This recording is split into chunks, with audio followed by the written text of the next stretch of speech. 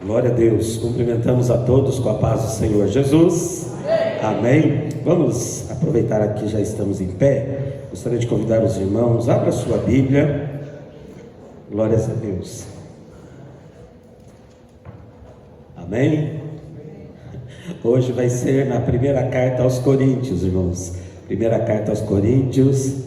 E talvez alguns irmãos estivessem aí esperando. Meu Deus, o pastor vai lá no Salmo 119 novamente. Mas hoje eu resolvi dar um descansozinho para os irmãos e compartilhar com a igreja esta palavra maravilhosa de 1 aos Coríntios, capítulo de número 11.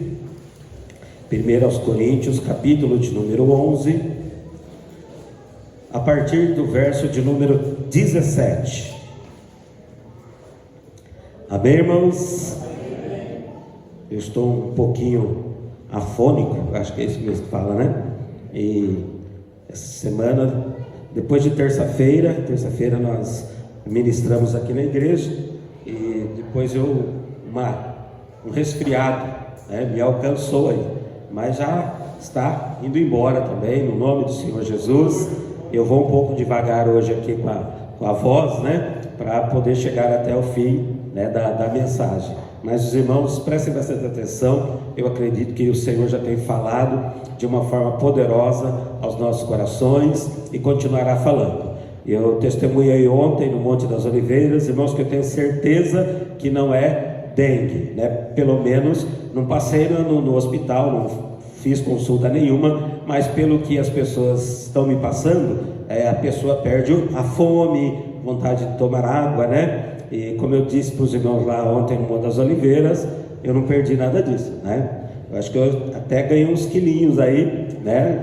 Nesse período de resfriado. E ontem nós tivemos um caldo maravilhoso, abençoado, que os irmãos do Monte das Oliveiras gratuitamente deu para todos aqueles que estavam presentes ali. Estava uma delícia, irmãos. Eu acho que eu mandei umas 2 combuquinhas e levei 1 litro de Coca-Cola cheio de caldo para casa. Que isso, pastor? Eles não tinham vasilha lá e eu queria levar o caldo. Aí pedi para uma irmã lá a garrafa, ela cortou a garrafa bem em cima mesmo, né? Ficou aquele tantão para a gente poder encher de caldo. Estava uma delícia. Vamos aqui à palavra do Senhor, irmãos. Versículo de número 17, do capítulo de número 11, que nos diz assim, o título diz: dissensões nas ceias de irmãos, o modo de celebrar a Santa Ceia do Senhor. Nisto, porém, que vou dizer-vos, não vos louvo, porquanto vos ajuntais não para melhor, senão para pior. Porque, antes de tudo, ouço que quando vos ajuntais na igreja, há entre vós dissensões, e em parte o creio. E até importa que haja entre vós heresias, para que os que são sinceros se manifestem entre vós. De sorte que, quando vos ajuntais num lugar, não é para comer a ceia do Senhor, porque comendo cada um, toma antecipadamente a sua própria ceia, e assim um tem fome, outro embriaga-se. Não tendes porventura casas para comer e para beber? Ou desprezais a igreja de Deus e envergonhais os que nada têm? Que vos direi? Louvar-vos-ei? Nisso não vos louvo, porque eu recebi do Senhor o que também vos ensinei, que o Senhor Jesus, na noite em que foi traído, tomou o pão, e tendo dado graças, o partiu e disse: tomai, comei, isto é meu corpo que é partido por vós, fazei isto em memória de mim. Semelhantemente também, depois de cear, tomou o cálice, dizendo: este cálice é o novo testamento no meu sangue, fazei isto todas as vezes que beberdes em memória de mim. Porque todas as vezes comerdes este pão e beberdes este cálice, anunciais a morte do Senhor até que venha. Portanto, qualquer que comer este pão ou beber o cálice do Senhor indignamente, será culpado do corpo e do sangue do Senhor. Examine-se, pois, o homem a si mesmo, e assim coma deste pão e beba deste cálice. Porque o que come e bebe indignamente come e bebe para a sua própria condenação, não discernindo o corpo do Senhor. Por causa disso, há entre vós muitos fracos e doentes, e muitos que dormem. Porque se nós nos julgássemos a nós mesmos, não seríamos julgados. Mas, quando somos julgados, somos repreendidos pelo Senhor, para não sermos condenados com o mundo. Portanto, meus amados, meus irmãos, quando vos ajuntais para comer, esperai uns pelos outros. Mas se alguém tiver fome, coma em casa, para que vos não ajunteis para a condenação. Quanto às demais coisas, ordená-las-ei quando for ter convosco. Amém, irmãos? Podeis assentar. Graças a Deus por esta oportunidade maravilhosa que temos de compartilhar a palavra do Senhor nosso Deus. E outras vezes, nunca preguei aqui no texto, da ceia. Eu leio sempre o texto da ceia, compartilho com os irmãos o texto da ceia, mas pregar assim o texto da ceia, eu não me lembro se algum dia eu fiz isso. Mas nessa semana o Senhor tocou no meu coração trazer uma mensagem, trazer uma palavra da parte de Deus para o seu coração sobre a ceia do Senhor. E estivemos ali lendo, estivemos buscando algumas coisas a respeito aqui da ceia do Senhor, do livro de Coríntios, que fala muito ao nosso coração. Eu já disse para os irmãos que a igreja que estava lá em Corinto era uma igreja grandemente abençoada pelo Senhor. Não há na Bíblia toda, em parte alguma, outra igreja como esta na questão dos dons espirituais, nesta questão de experiências poderosas com o Senhor, experiências com o Espírito Santo. Pessoas, amados irmãos, praticamente a igreja toda, se não for toda a igreja, falavam em novas línguas, havia profecias, haviam visões, todas aquelas bênçãos que nós, amados irmãos, sonhamos, que nós desejamos, aleluia, ter na igreja do Senhor Jesus. Aquela igreja era uma igreja privilegiada. Só que a palavra do Senhor também diz que aquela igreja era uma das igrejas que mais fazia com que os problemas ficassem em evidência.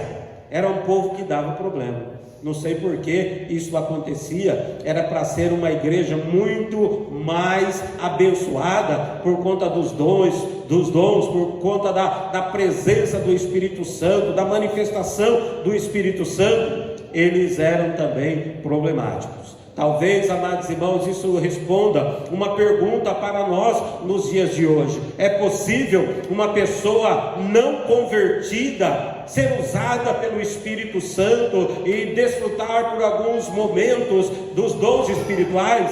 Se nós olharmos para a igreja de Corinto, nós vamos perceber que muitas pessoas nos dias de hoje, amados irmãos, realizam muitos sinais, mas que não tem aquele contato direto com Deus Todo-Poderoso.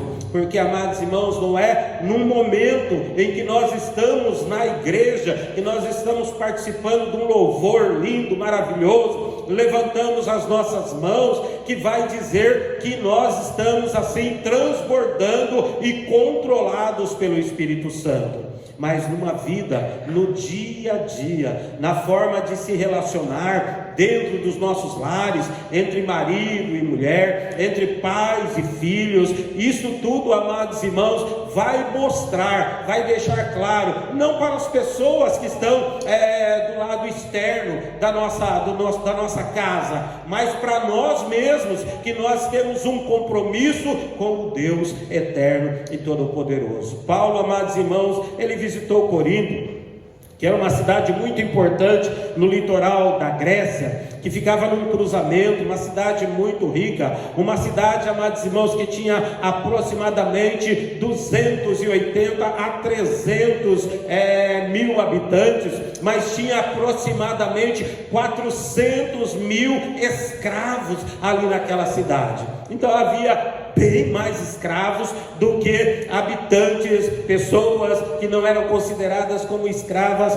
naquele lugar. Mas pela primeira vez que o apóstolo Paulo passou, foi até aquele lugar, ele já chegou ali e começou a trabalhar como missionário para plantar igreja. Ele começou a se reunir em lugares onde ele poderia fazer isso, e ali ele falava da graça de Deus, falava do amor do Senhor Jesus Cristo, e porque as pessoas também começavam a aceitar a mensagem de Paulo, receber o evangelho da graça do Senhor nosso Deus, e se tornarem cristãs, então essas pessoas verdadeiramente cristãs, elas se reuniram e ali começaram uma igreja. Eu imagino a alegria de Paulo quando via aquelas pessoas chegando, se aproximando e se rendendo a Cristo, e ali ele dizendo: aqui vai ser formada uma igreja linda, uma igreja forte, uma igreja de adoradores, uma igreja de pessoas que verdadeiramente vão servir ao Senhor Deus Todo-Poderoso.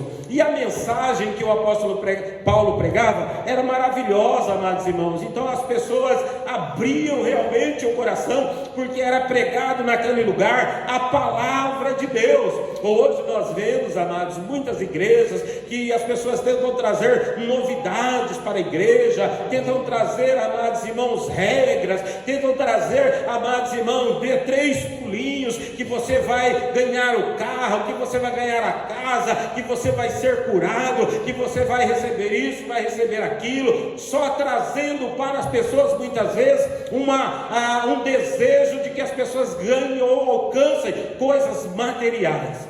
Pouco se fala, ou quase nada se fala, a respeito de salvação, a respeito da volta do Senhor Jesus Cristo, a respeito de ter uma vida de santificação, a respeito de ser um cristão verdadeiro. Talvez alguém até diga: pastor, hoje está difícil sermos cristãos verdadeiros.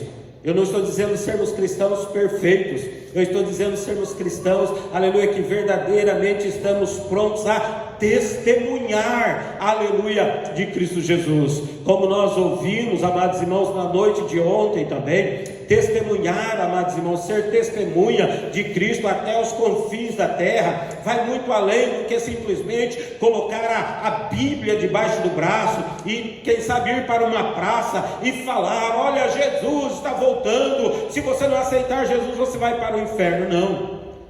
O testemunhar ali, amados irmãos, é dizer: eu creio que Jesus veio a este mundo, eu creio que Jesus é o Filho de Deus, e se alguém disser assim: você vai morrer por conta do que você está dizendo, a pessoa vai dizer: eu morro, porque eu sei que esta é a verdade da salvação. Hoje as testemunhas que nós vemos, irmãos, elas estão comprometidas com Deus Todo-Poderoso até o momento que Ele nos abençoar materialmente. Se Ele fechar uma porta de emprego, porque eu tenho um excelente salário, aí eu já não sou mais aquele cristão. Se eu tiver um problema no meu casamento, eu já deixo o Senhor, porque não poderia acontecer isso comigo. Se eu tiver uma enfermidade que coloca todos os dias diante de mim, que eu vou perder a vida, que eu vou morrer por conta dessa enfermidade, eu já digo: não, para que ser crente desse jeito? A coisa muda. Mas a verdadeira testemunha, amados irmãos, ela está pronta, aleluia, a morrer pela verdade do Evangelho. Paulo pregou ali de uma forma maravilhosa. E assim que a igreja estava, amados irmãos, edificada, a igreja estava firmada ali naquele lugar, Paulo falou: eu não posso ficar só aqui, eu preciso sair pregando, eu preciso fazer plantação de igrejas em outros lugares, eu preciso falar do amor de Cristo Jesus. E ele saiu, ele foi para outros lugares pregar a palavra e deixou lá em Corinto uma igreja edificada. Mas passado algum tempo, amados, Paulo recebeu a visita de alguns irmãos de Corinto, recebeu a visita de Cloé, da família de Cloé, de alguns outros membros daquela igreja, que vieram trazer para Paulo notícias, amados irmãos, não tão boas. Chegaram para Paulo e disseram assim: olha, Paulo, eu quero dizer para você, quem sabe aquela alegria de pastor, né? Que vem de um campo, muda de campo, aí recebe notícia dos irmãos lá: como está o irmão tal? Opa, está firme, está bem. Como está o irmão fulano? Olha, já é pastor, é presbítero, é missionário, olha, está fazendo obra. Mas tudo isso alegra o coração. dura quando você vai pensar, e fulano, como é que está? Fulano saiu da igreja, fulano se desviou, fulano abandonou os caminhos, como o próprio Paulo, né, ele escreve numa determinada ocasião, olha, Demas me deixou, amando o presente século. Ou seja, olha, fulano achou melhor ir para as baladas, fulano achou melhor ir para o mundo, fulano achou melhor, né, ir para a festa do peão e ser mundano. Paulo falou, olha, Demas me deixou, amando o presente século.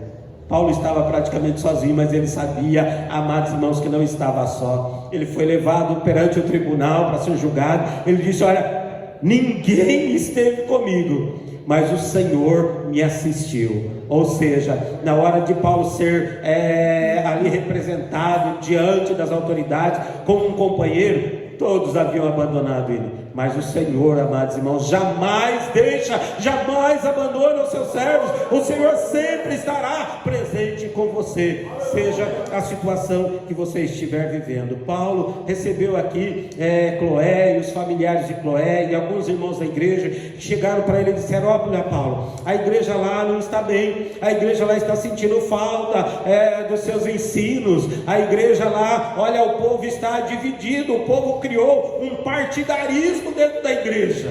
Lembra alguns anos não, né? Alguns meses atrás, vou dizer assim, quando estava sendo disputado o governo federal aí, que uns era de A, outros era de B, uns era de branco, outros era de preto, outros era amarelo e vermelho, outros era isso, outros era não sei, e o povo não percebendo a estratégia de Satanás, dividido muitas vezes, e dividindo muitas igrejas. E nós precisamos tomar cuidado com isso. Na igreja de Corinto, irmãos, Paulo passou por lá e o povo gostava de Paulo. Gente, Paulo é maravilhoso, Paulo foi o fundador da igreja. Só que depois que Paulo passou por lá também, amados irmãos, Pedro também pregava. Ele não tinha muito conhecimento, vamos dizer, secular, mas ele tinha conhecimento de Deus, era um homem espiritual, era um homem que amava o Senhor, amava a palavra. Passou também Apolo por ali, e aí as pessoas falaram assim, tem até um louvor agora, lembrei que tem esse louvor, mas não estou lembrando do ritmo do louvor, né? Eu acho que é do Logos, né? Assim, eu sou de Paulo, eu sou de Apolo, né? E é mais ou menos assim, viu, irmão? Só para os irmãos imaginar que o pastor pensa em cantar, né? Penso não. Irmãos, mas aí, o que foi que aconteceu? As pessoas começaram a criar este problema, quando eles deveriam, amados irmãos, adorar ao Senhor Jesus Cristo, servir ao Senhor Jesus Cristo, colocar o Senhor Jesus Cristo como o centro da igreja. Eles, amados irmãos, brigavam, se discutiam. Não, eu amo mais a Paulo, não, eu amo a Pedro, eu prefiro Apolo, que é eloquente, não sei o que, eu prefiro Pedro, que é um homem cheio de sinais e maravilhas, eu prefiro Paulo, que tem um conhecimento grande, é um homem inteligente demais. Tudo isso chegou para Paulo lá. Aí ele faz a pergunta, quem é Paulo? Quem é Pedro? Quem é Apolo? Instrumentos que Deus, pela sua misericórdia, usa para abençoar a igreja. Amados irmãos, naquele momento, Paulo ficou triste em saber que a igreja do Senhor estava tendo divisão. Por isso, amados, nós não podemos deixar que o inimigo venha dividir a igreja. Pastor, mas que isso? O inimigo não vai entrar na igreja para causar divisão. Entra, amados irmãos, entra. Você sabe, uma das horas, hoje de manhã, o presbítero Toninho ministrando, permita-me, presbítero Toninho, citar o nome do senhor aqui, e ele falou de Ananias e Safira. E incrível, amados irmãos, durante a semana eu pensei em falar sobre Ananias e Safira, mas serve também neste momento da mensagem. Você sabe um dos momentos, amados irmãos, que Satanás, ele age, ele opera no meio dos crentes, no meio da igreja, sabe? Na hora da oferta, amados irmãos. Pastor já vai falar de oferta. Não, só dando uma pincelada aqui.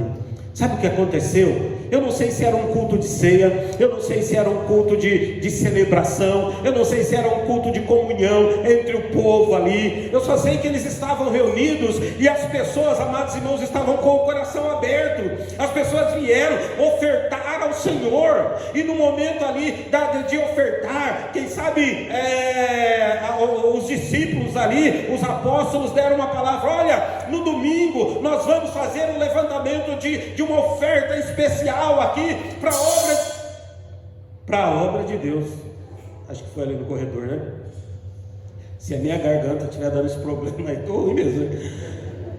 Vamos fazer um levantamento de uma oferta especial. E aí as pessoas falam: como eu posso colaborar para o crescimento da obra do Senhor aqui? Eu vou fazer o seguinte: o Espírito Santo está tocando no meu coração para que eu venda a minha propriedade e entregue ali na casa do Senhor. E isso começou a acontecer, amados irmãos. As pessoas chegavam. Eu me lembro que aqui na cidade aconteceu também numa determinada igreja, que o pastor fazia o apelo, e várias pessoas chegaram lá na igreja e deram a chave do carro, falando: pastor, olha, aqui está a chave do meu carro para usar na obra do Senhor, para vender, arrecadar o dinheiro. Outros chegaram, inclusive, né, um amigo nosso, filho do presbítero Jacó, ele tinha comprado um terreno, ele pegou ali a escritura do terreno, foi lá e entregou na igreja. Pastor, o pastor vai falar de oferta. Que loucura! A pessoa deu o carro, a pessoa deu o terreno. Eu já fiz umas ofertas assim também, irmãos. Eu não fui terreno, fui casa. Mas eu me lembro quando o Gentil Nivaldo veio cantar aqui uma vez. Eu tinha acabado de comprar uma guitarra. Até hoje eu não sei tocar guitarra, mas eu tinha comprado uma guitarra. Era uma guitarra branca, né? Linda, linda, linda. E muitas pessoas admiravam. Aí eles contaram aqui na frente: pastor, tem na igreja, né? Pastora daí, a gente passa por lugares que não tem nem instrumento para a gente tocar. Aí meu coração: que isso? Vou doar aquela guitarra, está lá em casa parada. Peguei a guitarra e trouxe, né? Dei a guitarra, que alegria, amados irmãos. Aí eles foram embora, tal. Quando eles voltaram, eu fui perguntar se eles estavam usando aquela guitarra. E aí, irmãos, como é que está o uso daquela guitarra? Aí ele olhou para mim e falou assim: que guitarra? Aquela guitarra branca, né? Ei, que lá nós já vendemos. Meu coração doeu. Eu falei: puxa vida, a minha guitarra, que já não era mais minha, né? Doei com tanto amor, com tanto carinho, né? Mas é entre ele e Deus. E aqui, amados irmãos, estava acontecendo isso. As pessoas ouviam e viam a necessidade da obra e falavam assim: eu vou fazer o melhor que eu posso para o Senhor. E aí, amados irmãos, Ananias e Safira, marido e mulher, entraram num acordo: vamos vender aqui nossa propriedade, só que a gente não vai dar tudo, não. A gente dá uma parte só. E eles vão ficar pensando lá que nós estamos no mover, estamos no movimento, estamos dando tudo. Quando eles chegaram, primeiro marido, diante de Pedro, sabe o que foi que Pedro disse? Ananias, por que você deixou Satanás entrar no teu coração? Irmãos, hoje de manhã, até brinquei com alguns irmãos aqui na frente. Hoje pela manhã eu já tive homenagem sobre o dia do pastor. Fiquei muito feliz, né? As crianças aqui louvando e reconhecendo que eu sou o pastor auxiliar do pastor supremo, que é o pastor Jesus, né? E aí depois eu peguei o microfone, né? Parece que não queriam nem me dar a oportunidade, queriam que eu descansasse, né? Mas eu peguei a oportunidade. De manhã eu estava ruim, irmão. Não estava ruim não só da gripe. Eu levantei com os dois pés, como eu disse, levantei com o pé esquerdo, pé direito, e estava meio sensível demais, né? Estava meio bravo. E aí os irmãos fizeram homenagem e eu falei: bom, já que reconheceram que eu sou pastor, então eu posso dar umas cajadadazinhas também, né? E aí agora à noite parece que ficaram: será que dá o microfone na mão do pastor ou não? Tal, né? Mas, amados irmãos, Pedro, ele ficou irado com a atitude de Ananias e Safira. Porque você deixou Satanás na hora da oferta. Não é isso que acontece muitas vezes? Na hora da oferta nós falamos: não tenho. Na hora da oferta, eu não vou dar isso aqui, não. Eu preciso guardar para pizza, eu preciso guardar para sorvete, eu preciso guardar para Coca-Cola. A obra que Deus providencia de outra forma. Muita gente pensa assim, amados irmãos. Satanás entra no coração daquele, no meu coração não, pastor. É a palavra que está dizendo. Quando nós não somos liberais para com a obra do Senhor. Passou alguns minutinhos, o marido morreu, foi levado para ser sepultado. Aí chegou a mulher. Pedro falou assim: vou ver se ela está de acordo com o marido dela. Foi por tanto mesmo que vocês venderam? Ela falou: Pedro já sabe que foi por tanto que nós vendemos. Foi sim, foi por tanto. Ela falou assim: por que você deixou Satanás operar no seu coração na hora da oferta?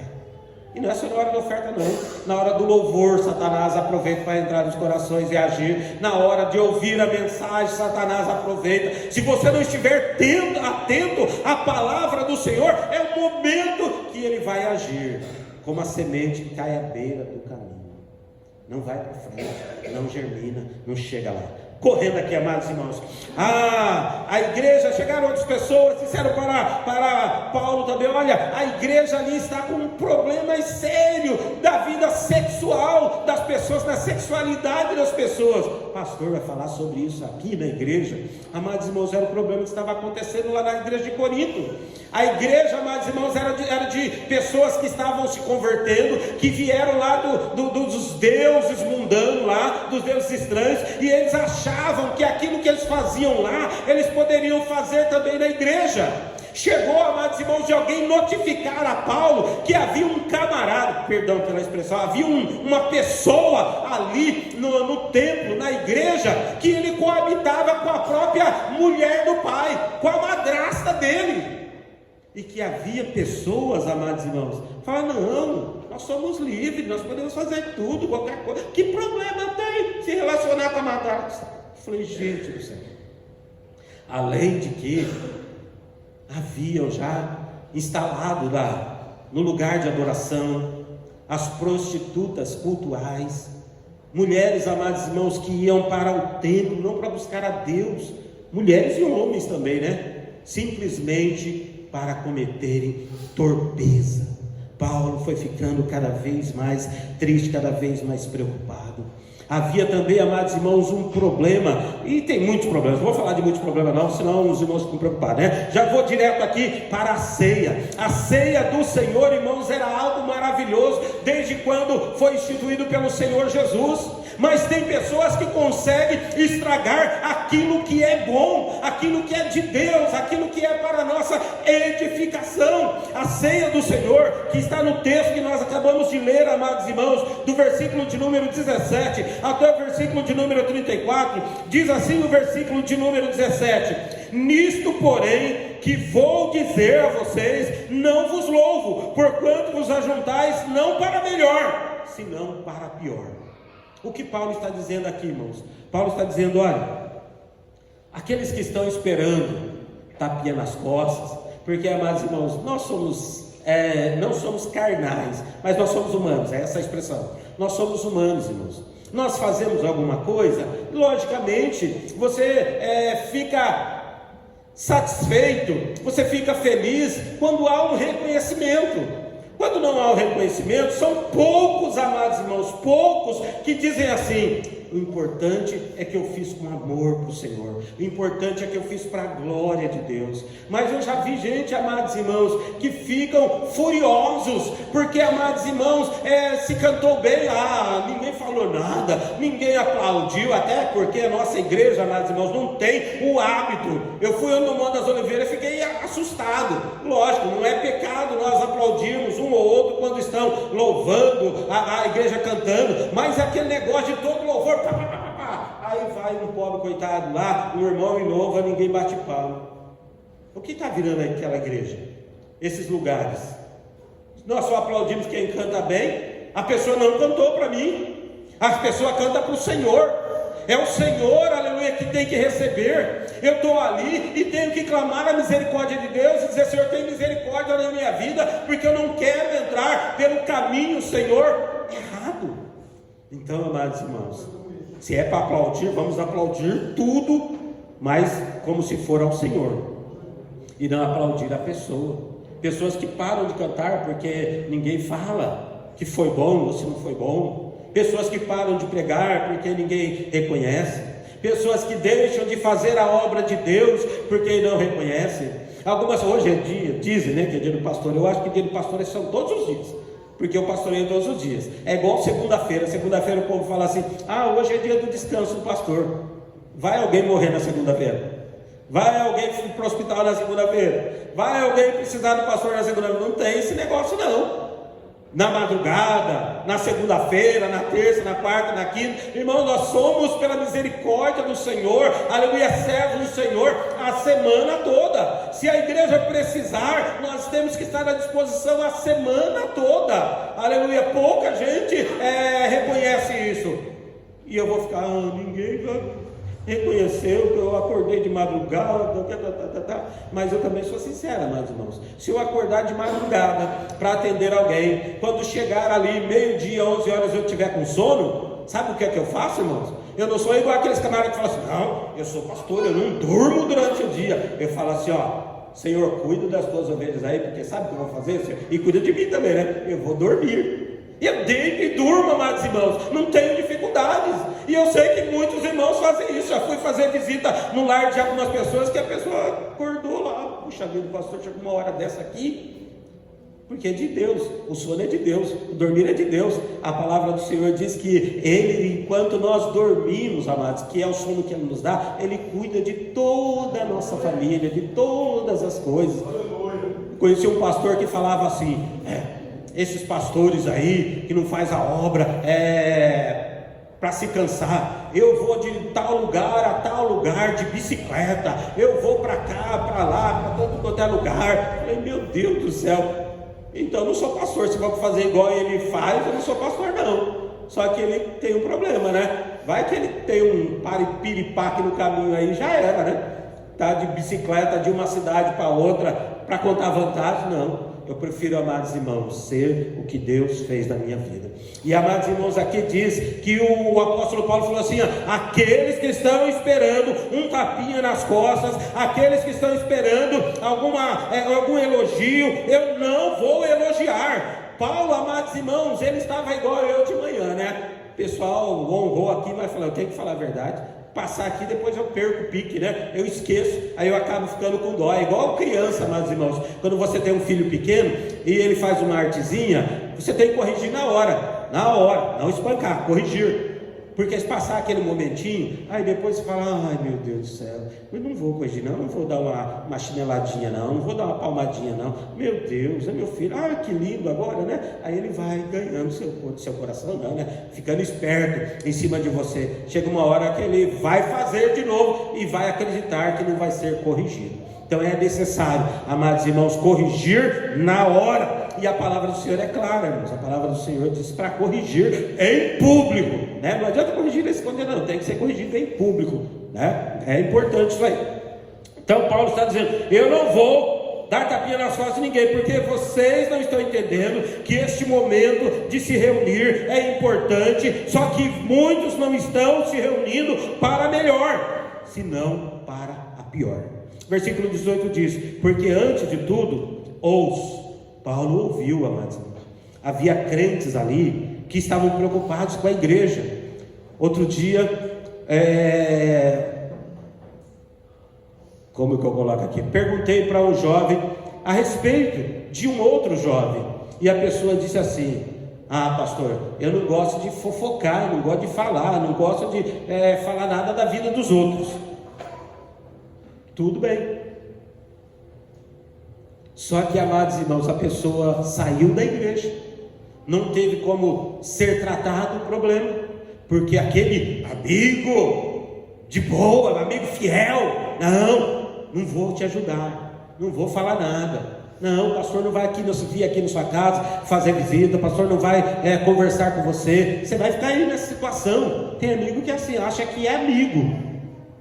Paulo, amados irmãos, ele ouviu. Alguém que amava a igreja chegou em Paulo e falou assim: Paulo, a igreja está tendo problemas, está tendo dissensões ali, está tendo divisões, as pessoas estão se ajuntando para discutir, para brigar. Era uma igreja, na minha interpretação aqui, viu, irmãos, uma igreja política daqueles dias. Uma era de Paulo, outra era de Apóstolos, outra era de Pedro. porque antes de tudo eu ouço que quando vocês se ajuntam na igreja, há entre vós dissensões, e em parte eu creio. Tem situações que nos compartilham a respeito de alguém que fala: não, eu não acredito, aquele irmão, aquela irmã, de jeito nenhum, não acredito, né? Mas Paulo conhecia também as suas ovelhas.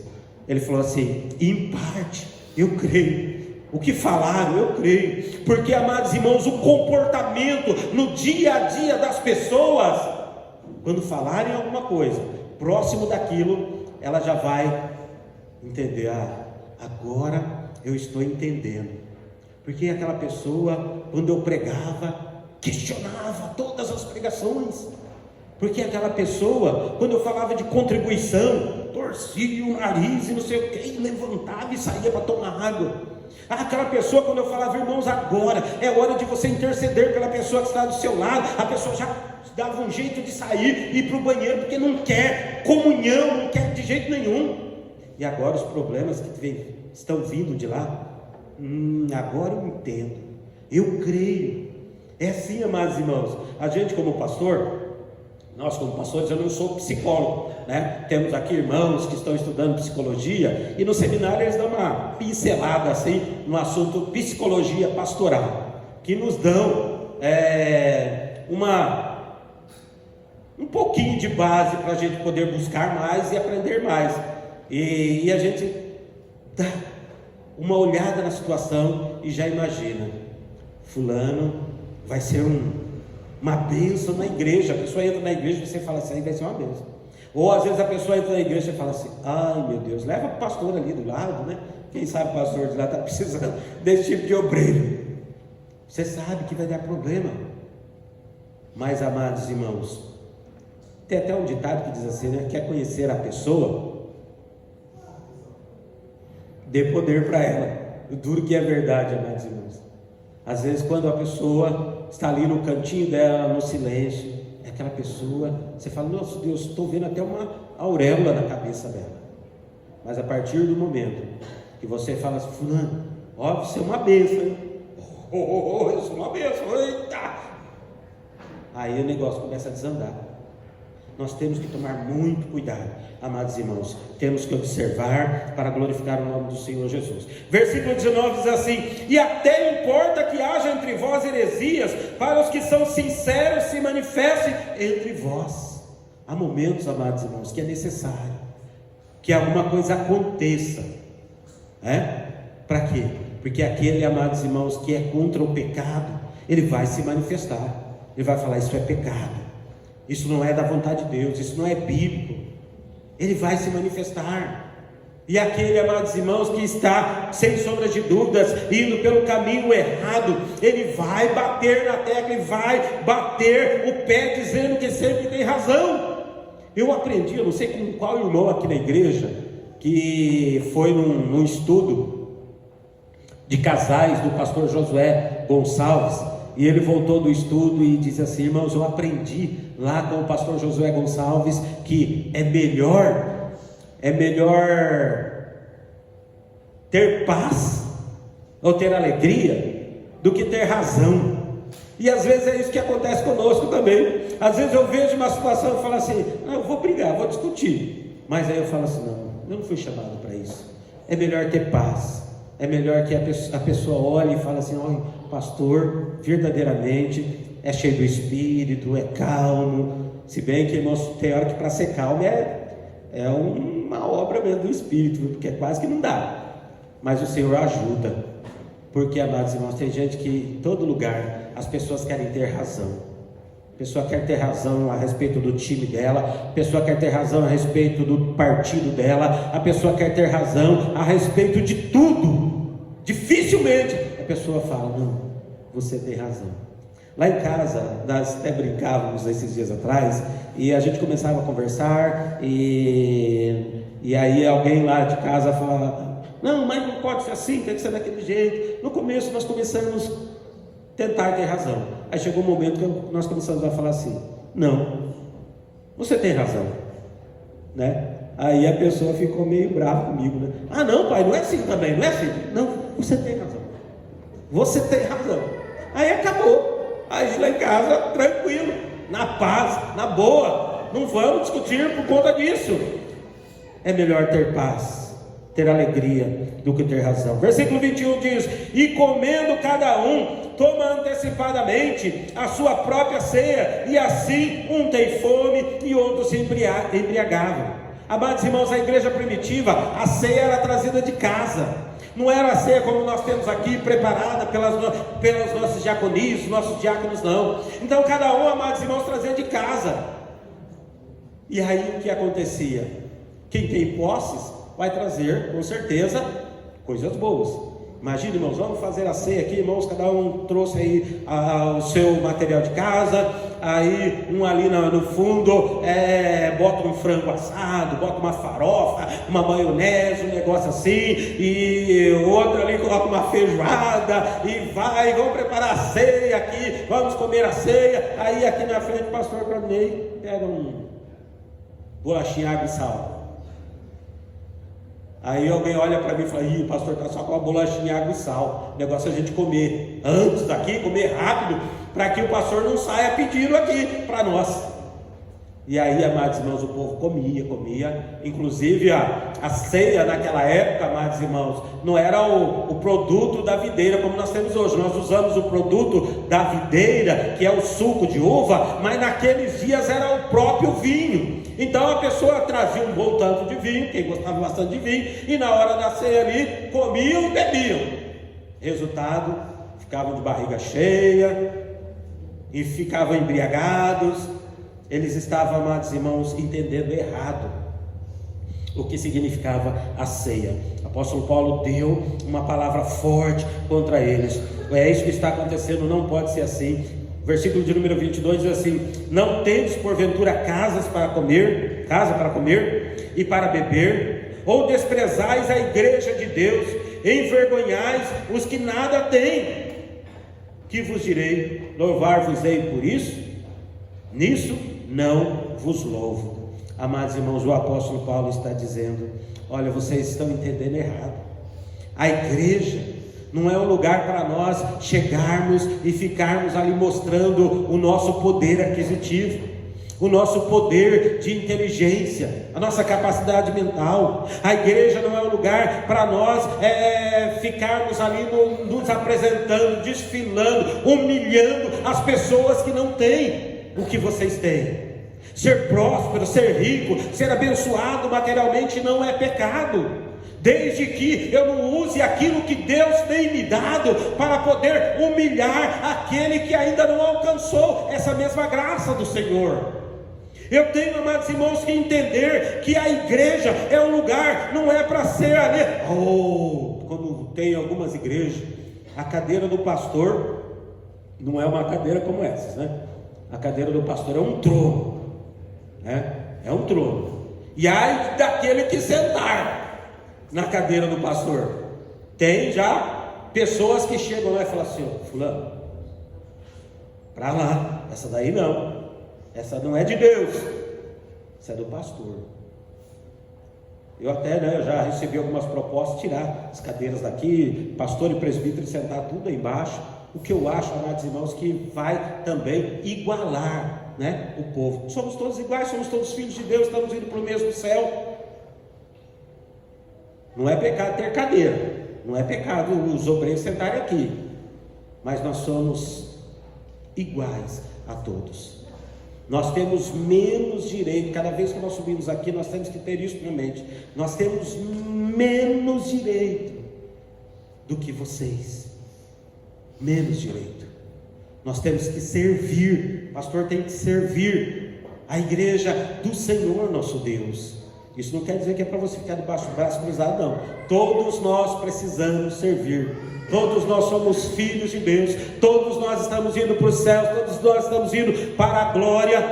E eu não estou indo para a glória, amados irmãos, porque Deus, pela sua misericórdia, me deu o título de pastor. Porque eu tenho membros aqui nesta igreja que fazem muito mais do que eu faço, que não tem o título, não tem a carteirinha de pastor, mas fazem a obra de Deus com amor, com alegria, e vão em frente, amados irmãos. Nunca chegou até nós e disse: pastor, eu preciso ser ungido a obreiro, eu preciso ser ungido a pastor, eu preciso isso, não. Pessoas, amados irmãos, que vão fazendo a obra de Deus, independente de título, fazendo a obra de Deus. Todos nós, irmãos, todos nós temos que estudar a Bíblia. Todos nós aqui somos teólogos. Eu não, pastor, eu não sou teólogo, não, todos, irmãos, todos. Uma criancinha ou um ancião, a pessoa, quando pega a palavra de Deus, lê um versículo e diz assim: Senhor, o que esse versículo quer dizer? Já está teologando, já é um teólogo. Quem sabe muda os níveis, né? Uns são teólogos que se aplicam mais, outros são teólogos que não se aplicam tanto. Mas a partir do momento que eu quero saber a vontade de Deus na sua palavra, eu já estou sendo um teólogo. Então, amados irmãos, teologia não deixa ninguém, amados irmãos, menos crente. Teologia não deixa ninguém frio. Teologia, amados irmãos, é estudar, aleluia, a pessoa bendita do Deus que nos amou e enviou seu Filho para morrer na cruz do Calvário em nosso lugar. Se você não quer estudar as coisas de Deus, você não quer dizer que você não é teólogo, não. Quer dizer que você precisa se converter. Você nem crente porque quem é crente, amados irmãos, pega a palavra de Deus, aleluia, uma vez por dia, uma vez por semana, né? Não vou aqui colocar regras, limites, não, mas pega a palavra de Deus e abraça a palavra de Deus e diz: Senhor, fala comigo. Está querendo saber sobre Deus. Então você é um teólogo, você tem que aprender a palavra do Senhor. Versículo de número 23 diz assim: Paulo, porque eu recebi do Senhor o que também vos ensinei, que na noite que o Senhor Jesus, na noite em que foi traído, tomou o pão. A igreja católica, deixa eu falar aqui já, né? Eu ia falar igreja, considerada a igreja do país, aí, né, falam, mas o Brasil não tem, é uma igreja oficial do país, mas eu nunca tomei hóstia na igreja católica, mas conversando com os irmãos aí, que passaram por lá, eles dizem o seguinte, que lá, a pessoa quando recebe a hóstia, ali na boca, ela não pode mastigar, porque se ela mastigar, ela vai estar mordendo, dividindo o corpo de Cristo. Então a pessoa tem que pôr na língua e com a saliva umedecer ali, e ela vai derreter na língua ali. Mas aí o cálice de vinho fica só pro pessoal lá de cima, né? O povão lá não participa do sangue, não.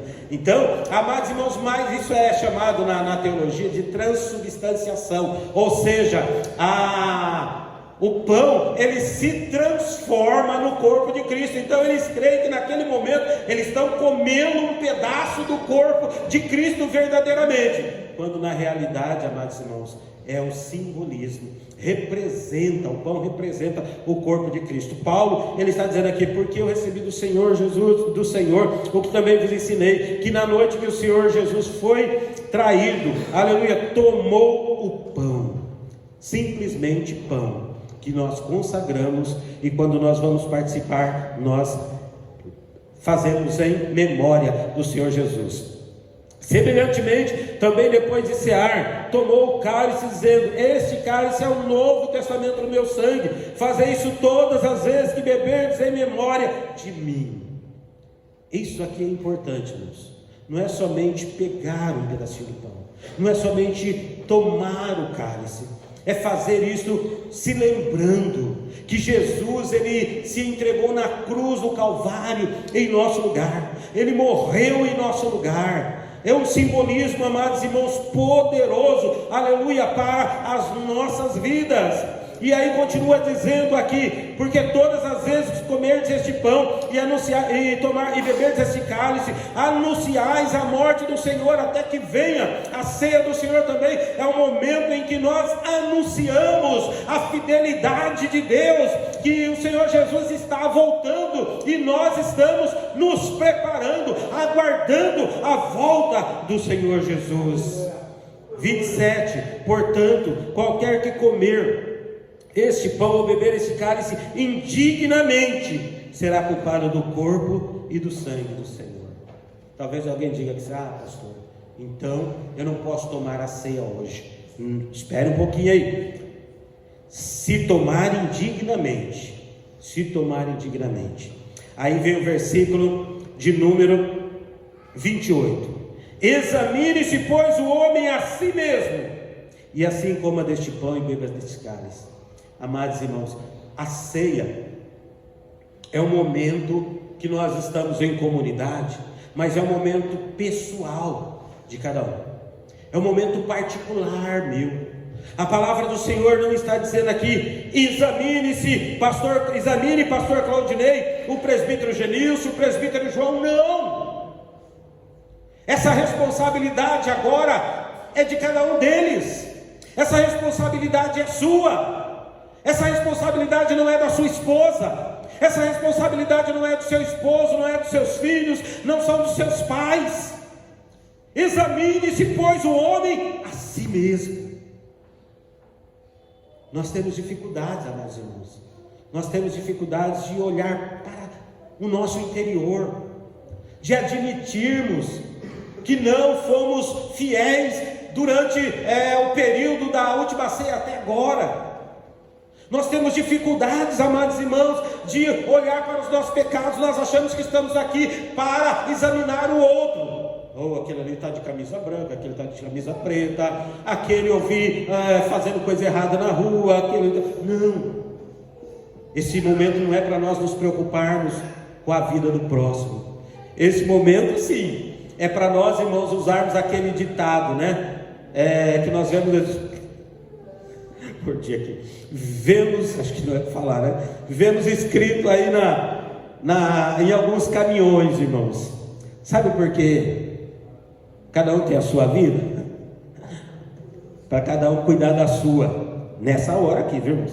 Nessa hora cada um tem que cuidar da sua vida. Porque a salvação, amados irmãos, é individual. Eu não salvo minha esposa não me salva, nós não salvamos os nossos filhos. Eles precisam, aleluia, fazer um autoexame. Se Deus tocar, se o Espírito Santo tocar, chorar na presença de Deus, pedir misericórdia, entender, aleluia, que o Senhor Jesus está pronto para perdoar, para transformar, e entender também misericórdia, que o inferno está aberto, esperando como um sepulcro, amados, esperando vidas para ir enchendo aquele lugar, e que você não vai para lá, porque você conhece o amor de Deus.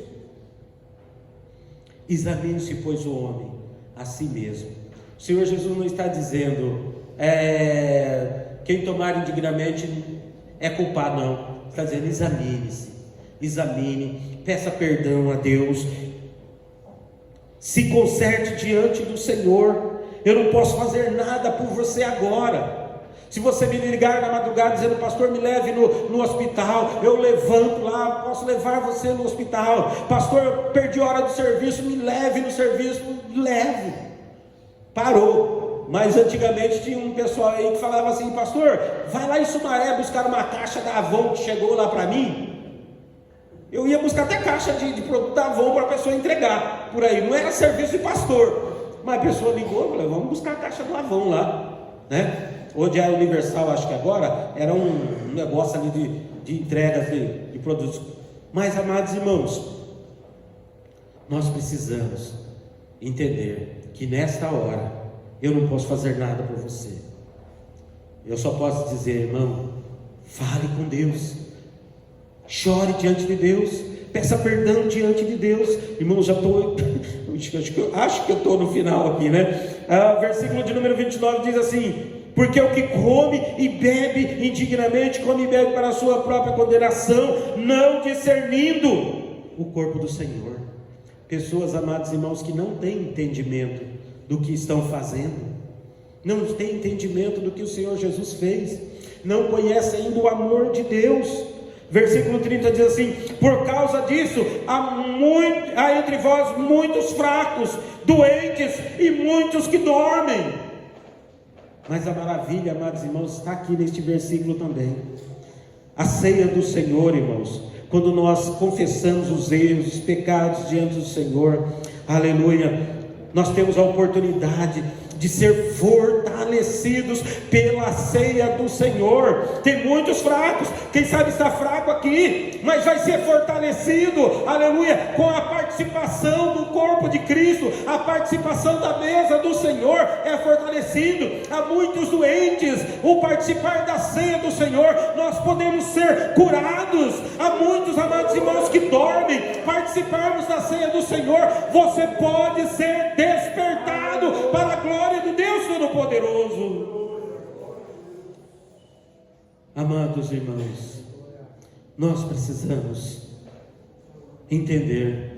A igreja de Corinto, vou parar por aqui, era uma igreja maravilhosa, uma igreja cheia de dons, mas era uma igreja, amados irmãos, que tinha problemas, mas o Senhor amava aquele povo, aquela igreja, assim como o Senhor ama todas as igrejas no dia de hoje, como o Senhor quer operar nas nossas vidas.